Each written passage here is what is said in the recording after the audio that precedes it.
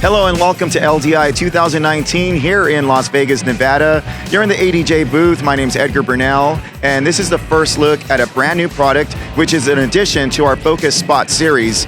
Right above me, we have our Focus Spot 6Z. And that's right, so this powerful fixture, still compact, but yet very loaded with professional features, features a 300-watt LED light source. On top of that, it's got a whole list of features that makes this great for many applications, from production to rental inventory. On top of that, you have 7 colors on 2 separate color wheels. So that's right, on one color wheel you have 7 colors, on your second 7, where you also have CTO and CTB and a UV filter to give you some extra bonus with your color.